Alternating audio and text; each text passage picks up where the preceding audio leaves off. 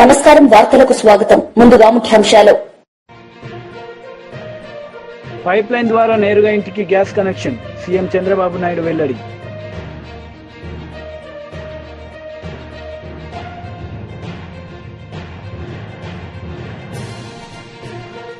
BRS leader media సమావేశం, CM Revanth రెడ్డిపై fire. Pipe line ద్వారా నేరుగా ఇంటికి గ్యాస్ కనెక్షన్ అని సీఎం చంద్రబాబు నాయుడు తెలిపారు. ఈ సందర్భంగా ఆయన ప్రసంగించారు. చాలా సంతోషం. ఈరోజు ఒక వండర్ఫుల్ ప్రాజెక్ట్ కి మళ్లీ ముందు తీసుకుపోవడానికి తిరుచానూరు టౌన్ లో ఇప్పుడే ఒక ఇంటికి వెళ్ళాను. ఇంటికెళ్లి AG&P గ్యాస్ కనెక్షన్ ని డైరెక్ట్ గా కనెక్ట్ చేసే విధానానికి శ్రీకారం చుట్టి వాళ్ళతో కూడా ఒకసారి మాట్లాడాను. అయితే దేశం మొత్తం ఫ్యూయల్లో గాని ఎనర్జీలో గాని ఒక రెవల్యూషనరీ చేంజెస్ వస్తున్నాయి. ఒకప్పుడు మనం కట్టెలతో పొయ్యిల్లో మంటేసుకునే పరిస్థితి. అప్పట్లోనే first time in Andhra Pradesh we introduced LPG. That is the first time, not now. Around 95-96 we introduced LPG in Andhra Pradesh for every poor family. Today we are giving again Deepan 2 program, 3 cylinders free of cost for every BPL family. We have announced we are supplying more than 1 crore families. ఇక్కడికి వచ్చినప్పుడు ఒక స్వచ్ఛమైన సురక్షితమైన సహజ వాయువుతో నేరుగా pipe line ద్వారా ఇంటికి connect చేయడం. LPG సిలిండర్లో తీసుకురావాలి. అదే గ్యాస్ అయితే నేరుగా ఇంటికి పైప్ లైన్ లో వస్తుంది. సిలిండర్ కావాలంటే ఆర్డర్ ఇచ్చుకోవాలి, మళ్ళీ ఓసారి డిలే కూడా కావచ్చు. అదే CNG అయితే నేరుగా ఇంటికే ఎప్పుడు కరెంట్ మారిగా మీరు స్విచ్ ఆన్ చేసి మీరు వాడుకుంటే మీటర్ ఉంటుంది. మీటర్ బేస్డ్గా మనం కట్టే పరిస్థితికి వస్తుంది. ఈరోజు AG&P ప్రథమ్ ఈ గ్యాస్ చూస్తే 5 రాష్ట్రాల్లో ఎక్కువగా ఉన్నారు వీళ్ళు. రాజస్థాన్, కర్ణాటక, కేరళ, తమిళనాడు, ఆంధ్రప్రదేశ్ ఈ 5 రాష్ట్రాల్లో ఉన్నారు. ఇప్పటికే 8 నుంచి 10% వీళ్ళు మార్కెట్ అంతా కూడా వీళ్ళ దీంట్లో కంట్రోల్లో ఉంది. 80 లక్షల మందికి క్లీన్ గ్యాస్ ఇస్తున్నారు. దగ్గర 28 జిల్లాల్లో ఇవన్నీ అందించగలుగుతున్నారు. 1500 CNG స్టేషన్స్ నెట్వర్క్ ఉంది. ఇవన్నీ కూడా ఈరోజు ఇంకొక పక్కన AG&P దేశంలోని గ్రీన్ హౌస్ ని ఇంకా పెంచడానికి 2030 కంతా 15% మార్కెట్ షేర్ లో కంపీట్ చేస్తున్నారు. I am wishing all the best for them. They are doing extraordinary good work. BRS party leader Rasamayi Balakishan media సమావేశం నిర్వహించారు. ఈ సందర్భంగా ఆయన మాట్లాడారు. రేవంత్ రెడ్డి చెప్పినట్టుగా 6 గ్యారంటీల మీద అబద్దాలు చెప్పినట్టుగా నువ్వు అబద్దాలను పొగుడుతూ మాట్లాడితే నువ్వు నిజం చెప్పాయా స్వామి, నువ్వు ఏ పార్టీలో ఉన్నావని చెప్పేసి అడిగిండ్రు. రేపు నియోజకవర్గం ఓటేసిన ప్రజలు కూడా నేను అడుగుతా ఉన్నారు, నువ్వు ఏ పార్టీ తరఫున మాట్లాడుతూ ఉన్నావని. నీకు దమ్ముంటే చెప్పు నువ్వు ఏ పార్టీలో ఉన్నావో, లేదంటే మూసుకొని కూర్చో. మేము ఇలా నువ్వు నిజంగా కాంగ్రెస్ వాదివే అయితే నిన్ను కూడా నేను సూటిగా అడుగుతా ఉన్నా, రాజీనామా చేయి. నువ్వు పెద్దగా ఇప్పుడు మీ ప్రభుత్వంలో మా రేవంత్ రెడ్డి సారు ఆహా ఊహా అని చెప్తా ఉన్నావు కదా. నిజంగా రేవంత్ రెడ్డి పాలన చక్కగా ఉన్నట్టుంటే, కాంగ్రెస్ పాలన చక్కగా ఉన్నట్టంటే మరి ఎందుకు భయపడుతున్నావా? రాజీనామా చేయి. నీ 6 గ్యారెంటీకి గెలిపిస్తాయి కదా, నీ 420 హామీలు నేను గెలిపిస్తాయి కదా. కానీ మేము అంటారు చూడు, తినేందేమో మొగని సొమ్ము పాడేడుదో నువ్వు ఇంకోని పాటను అన్నట్టుగా ఇవాళ ఇక్కడి నుంచి గెలిచి బీఆర్ఎస్ పార్టీ నుంచి గెలిచి కాంగ్రెస్ పాట వాడుతూ ఇలా సంక్రాంతికి వచ్చే బిచ్చగలలాగా ఇలా నువ్వు తిరుగు మాట్లాడుతూ ఉన్నావు. మాకైతే నవ్వొచ్చినా ఉన్నది. ఒక్కసారి నిన్ను నువ్వు అద్దంలో చూసుకో, నిన్ను నువ్వు ప్రశ్నించుకో. నేను ఇవాళ కూడా నేను అడుగుతా ఉన్నా, నువ్వు ఒక అయ్య అవ్వకే పుట్టినోనివి అయితే, నువ్వు ఒక మనిషివే అయితే ఇవాళ వెంటనే బీఆర్ఎస్ పార్టీకి రాజీనామా చేయి. నీ శాసన ఇవాళ నువ్వు స్పీకర్కి ఇవ్వాల్సింది పాడి కౌశిక్ రెడ్డి మీద ఫిర్యాదు కాదు, నీ రాజీనామా లెటర్ ఇచ్చిరాపో, నిలబడిపో. రేపు ప్రజలు తెలుస్తారు కదా. నిజంగా ప్రజలు నేను అంగీకరించినట్టుంటే నీ ఇంటికి వచ్చి క్షమాపణ చెప్పొచ్చు వస్తాం మేము. నీ ఇంటికి వచ్చి ప్రజలు నేను అంగీకరిస్తే పాడి కౌశిక్ రెడ్డికి వచ్చి నువ్వు చెప్పిందే కరెక్ట్, కరీంనగర్ సమీక్ష సమావేశంలో నువ్వు మాట్లాడిందే కరెక్ట్ అని చెప్పేసి నీ ఇంటికి వచ్చి క్షమాపణ చెప్పొస్తాడు. ఇలా నువ్వు ప్రజల చేత నువ్వు మళ్ళీ తిరిగి ఎన్నుకోబడితే. కానీ అబద్ధాలు ఎందుకు చెప్తున్నావు మాకు అర్థమైతలేదు. ఇప్పుడున్నటువంటి పరిస్థితులు మీకు అందరికి కనబడతలేవా? ఇలా మేము ఒకటి అడుగుతా ఉన్నాం. ఇలా మీరు తెలంగాణ పల్లెల్లో ఏ ఊరికన్నా ఏ పల్లెకన్నా వెళ్ళండి. ఒకప్పుడు సంక్రాంతి పండుగ అంటే సుక్కల ముగ్గులు వేసుకుందరు. రథాల ముగ్గులు వేసుకుందరు. వాకిలంతా వాడకట్టలంతా కూడా చాలా గొబ్బెమ్మలు పెట్టుకొని మొత్తం ముగ్గులతోని రంగురంగుల ముగ్గులతోని కళ్ళు చెదిరే విధంగా తెలంగాణ వాకిళ్ళ కనబడేటివి. ఇలా ఏం కనబడతా ఉన్నాయి? ఏ వాకిలి ముంగటికి పోయినా నువ్వు ఇస్తానన్న తులం బంగారం ఏమైపోయినదని ముగ్గులేస్తా ఉన్నారు. ఆడోళ్ళు సిగ్గుండాలి మీకు. ఓ మహిళను కోటీశ్వరి చేస్తావు అన్నారు. ఇలా 1 కోటి మంది మహిళలు వాకిళ్లలో ముగ్గులు వేసుకుంటా ఉన్నారు. మాకు ఇస్తానన్న 2500 ఎప్పుడు ఇస్తావు అని చెప్పేసి ముగ్గులు వేసుకుంటా ఉన్నారు. గచ్చల మీద చాక్పీసులతో రాస్తా ఉన్నారు ముగ్గులల్లా. మా ముసలిలోకి 2000 నుంచి 4000 ఇస్తా అని చెప్పినవు, ఏమైంది అని చెప్పేసి ముగ్గులేస్తా ఉన్నారు. ఇలా మా ఇంటికి రుణమాఫీ చేస్తా అని చెప్పినవు, ఇలా మా ఊర్లో సగం కూడా రాలేదు, రుణమాఫీ ఎప్పుడు చేస్తావు అని చెప్పేసి ముగ్గులు వేసుకుంటా ఉన్నారు. ఇలా రైతు భరోసాకు దిక్కున్నదా? రైతు భరోసాకు విధి విధానాలు ఉన్నాయా? ఇలా మేము అడుగుతా ఉన్నాం, ఏ రైతుకు భరోసా, ఏం విధాలున్నాయి నీ దగ్గర?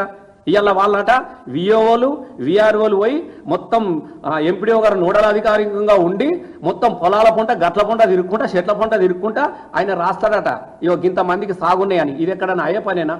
ఇది ఎక్కడన్నా జరుగుతుందా? మళ్ళీ ఏం జరుగుతుంది? మళ్ళీ అందులో కాంగ్రెస్ వాళ్ళక ఇందిరమ్మ కమిటీలు నమోదు చేయాలి. ఏం చేయాలి? మళ్ళీ వెనక లెక్కనే కదా. అరే నాకు 10 ఇస్తా, నాది రాయిరా, 20 ఎందుకురా, 30 రాసుకో, 10 నువ్వు తీసుకో, 10 నేను తీసుకుందాంతి, రాసి పెట్టు అని చెప్పి ఇదే కథ కదా మీరు చెప్పేది. ఇలా క్షేత్ర స్థాయిలో నీ దగ్గర లెక్కలేదా? శాటిలైట్ మీద మొత్తం మీదికే కెమెరాలు వచ్చి చూసి ఇత్తనన్నావు కదా, మళ్ళీ క్షేత్రస్థాయి పరిశీలన అనేది ఏంది అంటే కాంగ్రెస్ కార్యకర్తలు చెప్పింది రాయాలి. ఫలానోళ్ళకి ఇయ్యమనంటే భూమిగా వీళ్ళకి సాగంటే మీరు 4 ఎకరాలు అంటే 4 ఎకరాలు రాయాలి, 5 ఎకరాలు అంటే 5 ఎకరాలు రాయాలి, మీరు లంచాలు తీసుకోవాలి, రాసిన వాళ్ళకే పైసలు ఇవ్వాలి. మళ్ళీ మీ వక్ర బుద్ధి బయటపడ్డది కదా. రేపు ఇళ్ళ పరిస్థితి కూడా గట్లే ఉన్నది. కౌలు రైతుకు దిక్కు లేదు.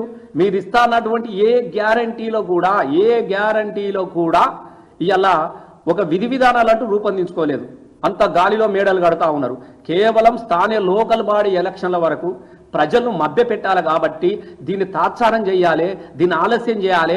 ఇగో వచ్చినది, వస్తున్నాయి, రేపిస్తాం, మాపిస్తాం, ఎల్లుండి ఇస్తాం, ఇది ఒకటి ఇస్తాం అని చెప్పేసి కమిటీల మీద కమిటీలు వేసిన మంత్రుల కమిటీలు, ఈ సబ్ కమిటీ, ఆ సబ్ కమిటీ, ఈ కమిటీ.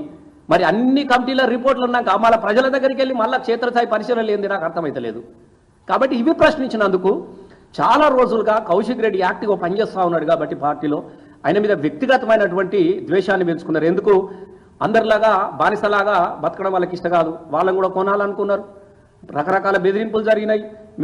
మీతో కొంతమందిలాగా మా పార్టీలకు రండి, మాకు సపోర్ట్ చేయమని అని అడిగితే నేను ఏ పార్టీలో గెలిచినో ప్రజల వైపు తెలంగాణ తీసుకొచ్చిన పార్టీలో ఉంటాం, తెలంగాణ వైపు నిలబడి కలబడతాం, కొట్లాడతామని చెప్పిండు. దానికేనా మీది? ఇలా గౌరవ కేసీఆర్ గారు దళితుల బతుకులో, దళితుల జీవితాల్లో ఒక కొత్తదాన్ని ఆవిష్కరించాలి, వాళ్ళకు బతిదేరు చూపాలని చెప్పేసి హుజురాబాద్ మండలంలో ఒక పైలట్ ప్రాజెక్టుగా దళిత జ్యోతి కార్యక్రమాన్ని తీసుకొని ఇలా వాళ్ళందరికీ కూడా దళిత బంధు ద్వారా ఇంటికి 10 లక్షల రూపాయలు ఇస్తే అకౌంట్లో పడ్డటువంటి పైసలను ఆపేసేసినావు. దళితులు వచ్చి రోడ్ల మీద నిడుతూ ఉంటే వాళ్ళని తీసుకుపోయి జైలులో పెడతా ఉన్నావు. వాళ్ళ ప్రతినిధిగా, వాళ్ళ ఎమ్మెల్యేగా. అరే నీకేమైతుంది బాబు, నీకేం నొప్పి అవుతుంది? గత ప్రభుత్వంలో కేసీఆర్ గారు అకౌంట్లో దళిత బంధు పైసలు వేసిపోయినాడు, నువ్వెందుకు ఆపుతున్నావు ఈమని చెప్పేసి ప్రశ్నించినందుకు ఇలా కౌశిక్ రెడ్డి గారి మీద ఒక దాడులు జరుగుతూ ఉన్నాయి. ఇలా ఊర్లో ఉన్నటువంటి సమస్యల మీద ప్రశ్నించినందుకు ఇలా కౌశిక్ రెడ్డి గారి మీద కేసులు పెడతా ఉన్నారు. కేసులతోని, అరెస్టులతోని, అణచివేతతోని, భయాభ్రాంతులతోని మీరు తెలంగాణలో ఉన్నటువంటి బీఆర్ఎస్ పార్టీ ప్రజాప్రతినిధులను మీరు బెదిరించలేరు. ఎందుకంటే తెలంగాణ రాష్ట్రం తీసుకురావడంలో అనేక జైలు గోడలను ముద్దాడిన వాళ్ళు ఉన్నారు, అనేకమైన కేసులకు అరెస్టులతోని జైలుకు వేయించిన వాళ్ళు ఉన్నారు. ఎవరికి భయపడకుండా తెలంగాణ రాష్ట్ర సాధనలో పాల్గొన్నటువంటి పార్టీ బిడ్డలను మీరు ఎప్పుడు కూడా బెదిరించలేరు. మేము ఇప్పుడు కూడా చెప్తా ఉన్నాం, తిరిగి ఇలాంటియే పునరావృతమైతే ఒక్కసారి బీఆర్ఎస్ పార్టీ ఇప్పటి కూడా సహనంతో ఉన్నది.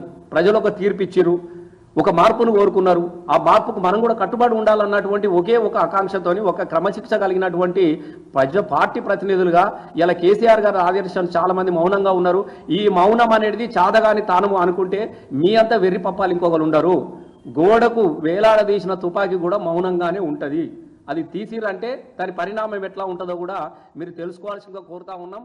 మొత్తం బీఆర్ఎస్ లీడర్స్ మీడియా సమావేశం నిర్వహించారు. ఈ సందర్భంగా సీఎం రేవంత్ రెడ్డిపై మండిపడ్డారు. సమావేశంలో రాష్ట్ర ప్రభుత్వం 26 జనవరి నాడు ఒక 4 పథకాలకు మంజూరులు కానీ నిధులు విడుదల కానీ చేసే సందర్భంలో కార్యక్రమం నిర్వహించి మమ్మల్ని అందరినీ ఆహ్వానించడం జరిగింది.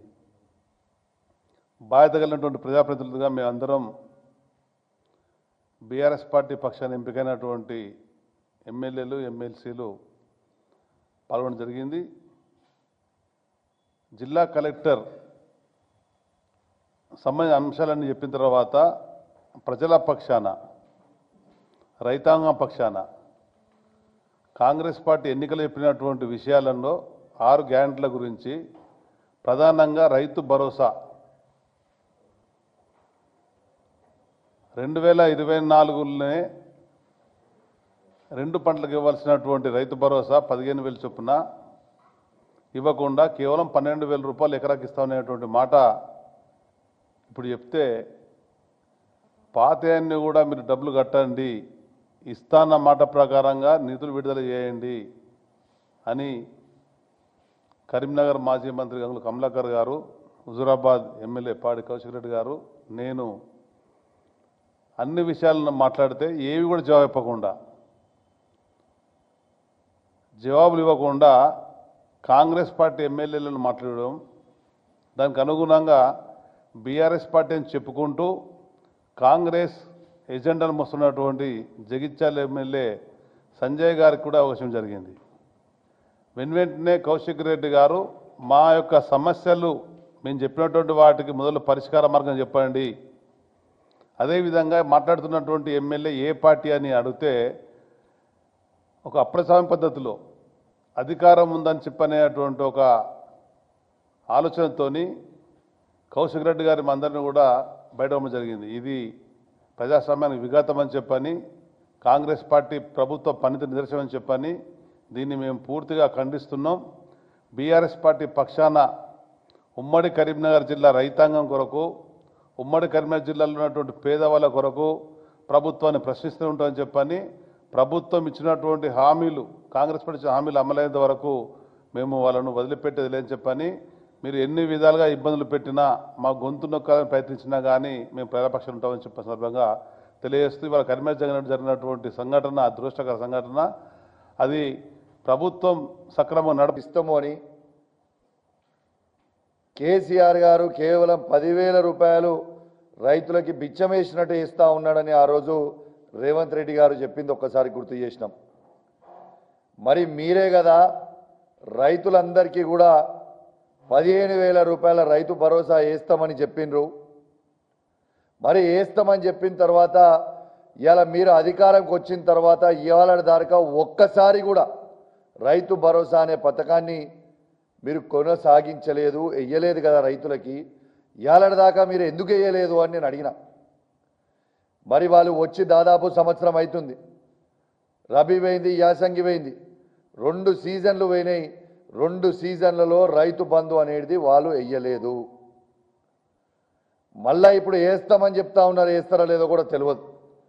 అది కూడా ఏం చెప్పిర్రు, 12,000 రూపాయలు వేస్తాము, మేము 15,000 వేయము అని మాట మార్చిరు.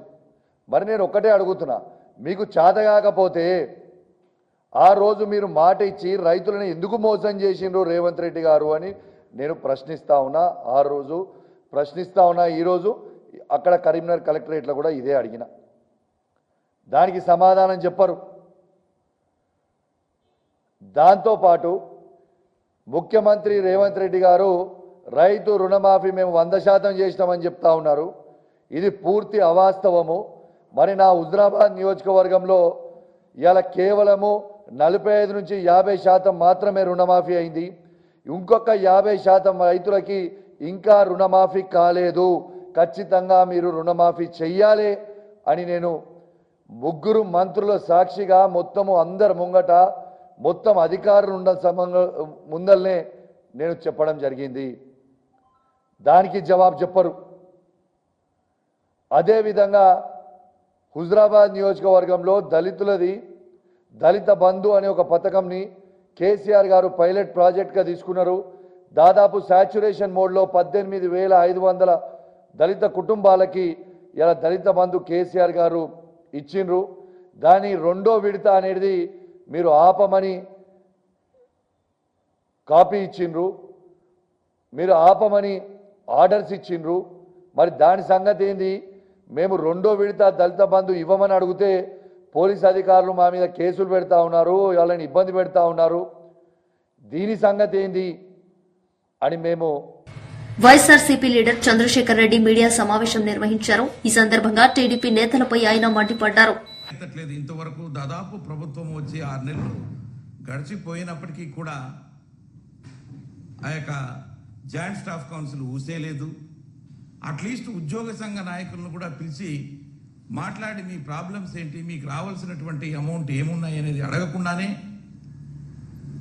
ప్రభుత్వం వాళ్ళు మీటింగులలో మరి కొంత బకాయిలు కొన్ని పెండింగ్ బిల్స్ ఇవ్వాలి అని మాట్లాడుకుంటూ అందులో ఉద్యోగస్తులకు సంబంధించి మరి దాదాపు 25,000 కోట్ల రూపాయలు మరి పెండింగ్ ఉంటే 519 కోట్ల రూపాయలు జీపీఎఫ్, 214 కోట్ల రూపాయలు ఓన్లీ పోలీస్ డిపార్ట్మెంట్కి సంబంధించినటువంటి సరెండర్ లీవ్స్ కోసం, అదేవిధంగా సిపిఎస్ ఉద్యోగస్తుల యొక్క కంట్రిబ్యూషన్ ఏదైతే ఉందో అది అది కూడా ఒకకిస్తే, పోలీసు వాళ్ళకు కూడా సరెండర్ లీవ్ ఒక్కిస్తే, అదేవిధంగా ఈ యొక్క సిపిఎస్ ఉద్యోగస్తులకు వాళ్ళ కంట్రిబ్యూషన్ కూడా ఓన్లీ 300 crores కడతాము అని చెప్పి చెబుతూ మరి ఈరోజు చూస్తూ ఉంటే ప్రసార మాధ్యమాల్లో ఎక్కడైనా మరి సంక్రాంతి కానుకలు, సంక్రాంతి మరి పండగ సందర్భంగా కూటమి ప్రభుత్వం వరాలు అని చెప్పేసి చూస్తూ ఉంటే ప్రజలు చూసే వాళ్ళకి ఏమనిపిస్తుందంటే ఉద్యోగస్తులకి ఏదో వీళ్ళు కొత్తగా మరి వరాలు కురిపిస్తున్నారేమో, లేకపోతే కానుకలు ఇస్తున్నారేమో అనేటువంటి భావం కలుగజేసే విధంగా కనిపిస్తుంది తప్ప లోపల ఏమీ లేదు. చెప్పాలంటే జీపీఎఫ్ అనేది వాళ్ళ సొంత డబ్బు, దాచుకున్న డబ్బు. ఆ డబ్బు కూడా మొత్తం క్లియర్ చేయకుండా మరి 519 కోట్ల రూపాయలు దాంట్లో నుంచి పే చేస్తామంటున్నారు. చాలా రోజుల తర్వాత పెండింగ్ పెట్టుకుని వాళ్లకు ఏదో వరాలు కురిపిస్తున్నట్టుగా మాట్లాడుతున్నారు, చెబుతూ ఉన్నారు. అదేవిధంగా సరెండర్ లీవ్స్ కూడా మరి సంవత్సరానికి 15 రోజులు ప్రతి ఉద్యోగి కూడా లీవ్ సరెండర్ చేసుకునేదానికి అర్హత కలిగి ఉంటారు. కొన్ని సంవత్సరాలుగా దాన్ని పెండింగ్ పెట్టి ఉన్నారు, దాదాపు 3 సంవత్సరాల దాకా. అది ఉద్యోగస్తులకి ఎవరికి ఇవ్వకుండా ఓన్లీ పోలీస్ డిపార్ట్మెంట్లో 214 కోట్లు, అది కూడా ఒక కిస్తీ ఇస్తున్నాం అని చెప్పడము, అలాగే సిపిఎస్ కూడా ఒక కిస్తీ 300 కోట్లు ఇస్తున్నామని చెప్పడము. ఇంకొకటి ఆశ్చర్యకరమైన విషయం ఏంటంటే ఉద్యోగస్తులకు సంబంధించి టీడీఎస్ కింద 265 కోట్ల రూపాయలు ఇస్తున్నామంటున్నారు. నాకైతే అర్థం కావట్లే. నేను ఉద్యోగ సంఘ నాయకుడిగా మరి దాదాపుగా 36 సంవత్సరాలు పనిచేశాను. అదేవిధంగా ఈరోజు ఆల్ ఇండియా లెవెల్లో ఉన్నటువంటి రాష్ట్ర ప్రభుత్వ పెన్షనర్ల సంఘానికి కూడా నేను వైస్ చైర్మన్గా ఉంటున్నాను. అయితే ఈ టీడీఎస్ అనేది ఉద్యోగస్తులకు సంబంధించి ఏదో పేమెంట్ అంటుంటే నాకైతే అర్థం కావట్లా. మరి ఏం చేస్తున్నారు? ఎప్పుడైనా ఉద్యోగి కట్టేది ఇన్కమ్ ట్యాక్స్ ఏంటంటే అతనికి ఎంత ఇన్కమ్ ట్యాక్స్ పడుతుందో అంతే కడతాడు తప్ప ముందు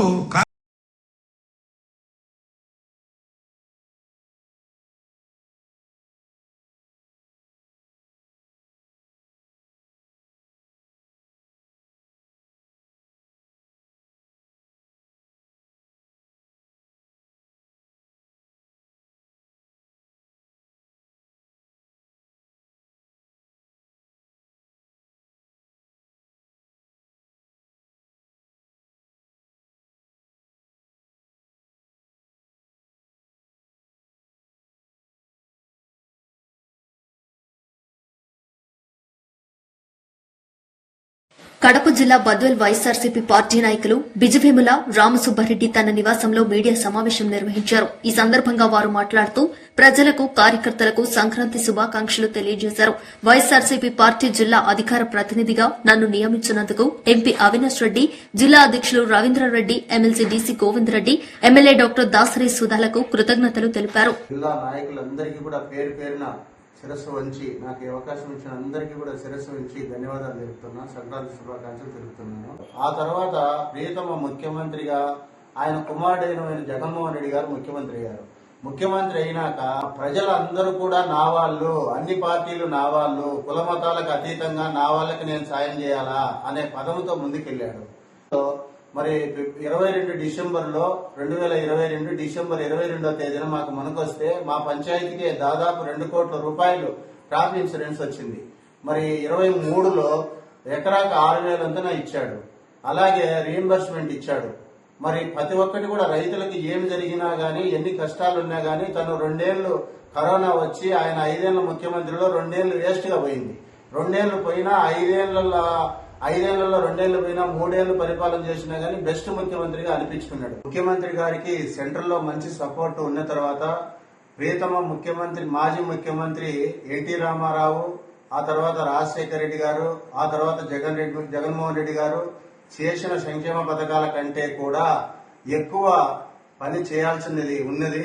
మరి మన ప్రియతమ ముఖ్యమంత్రి ఇప్పుడు 40 ఏళ్ల సీనియర్ అని చెప్తున్నాడు. మరి ఆయన ఏమీ చేయలేకపోతున్నాడు. మరి ఎందుకైతే తెలియదు కానీ మరి ప్రజల్లో దాదాపు ఇప్పటికే 20% అసమ్మతి వచ్చేసింది.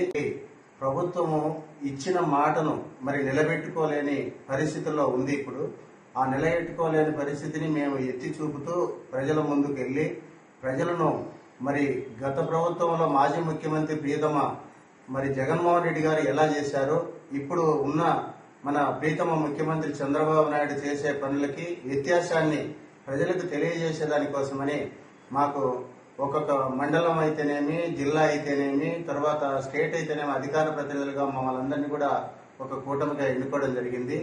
ఇవన్నీ కూడా మేము మా యొక్క రవీంద్రనాథ్ రెడ్డి సారథ్యంలో, మా ప్రీతమ నాయకులు గోవింద్ రెడ్డి గారు, మా ప్రీతమ ఎమ్మెల్యే సుధా మేడం గారి సారథ్యంలో ముందుకెళ్లి వాళ్ళ అడుగుజాడల్లో వాళ్ళు ఏమి చెప్తే అది చేసేదానికి మేమందరం కూడా సిద్ధంగా ఉన్నాం. ఇప్పుడు చంద్రబాబు కూడా ఏం చేయలేదని చెప్పి వాళ్ళ బాధలు ఎల్లబోస్తున్నారు. ఇవన్నీ కూడా జగన్మోహన్ రెడ్డికి మంచి రోజులు వస్తాయి కాబట్టి పాలమూరు రంగారెడ్డి ప్రాజెక్టును 5 ఏళ్లలో పూర్తి చేయడమే కాంగ్రెస్ పార్టీ ధ్యేయం. డిప్యూటీ సీఎం మల్లు భట్టి విక్రమార్క గారు 5 సంవత్సరాల్లో పాలమూరు జిల్లా సమగ్ర అభివృద్దికి ప్రజాప్రభుత్వం 1,00,000 కోట్లు ఖర్చు చేస్తోంది. తెలంగాణ ఉప ముఖ్యమంత్రి మల్లు భట్టి విక్రమార్క నేడు నాగర్ కర్నూల్ పార్లమెంట్ నాగర్ కర్నూల్ నియోజకవర్గంలో తెలంగాణ రాష్ట దక్షిణ మండల విద్యుత్ పంపిణీ సంస్థ ద్వారా తిమ్మాజిపేట మండలం పోతిరెడ్డిపల్లి మరియు Palem Sripuram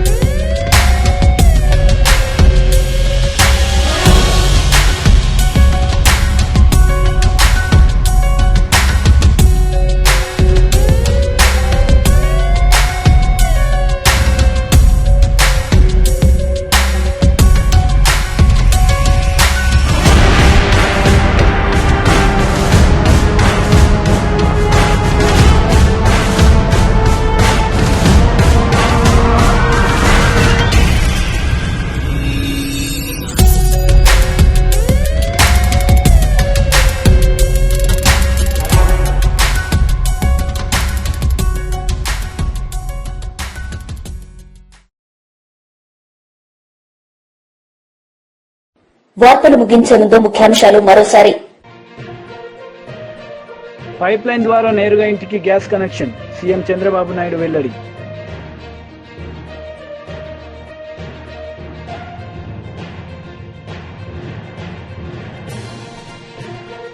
BRS leader media సమావేశం, సీఎం రేవంత్ రెడ్డిపై ఫైర్. ఈ వార్తలు ఇంతటితో సమాప్తం. తిరిగి ప్రసారమయ్యే వార్తల్లో మళ్లీ కలుద్దాం. అంతవరకు సెలవు. నమస్తే.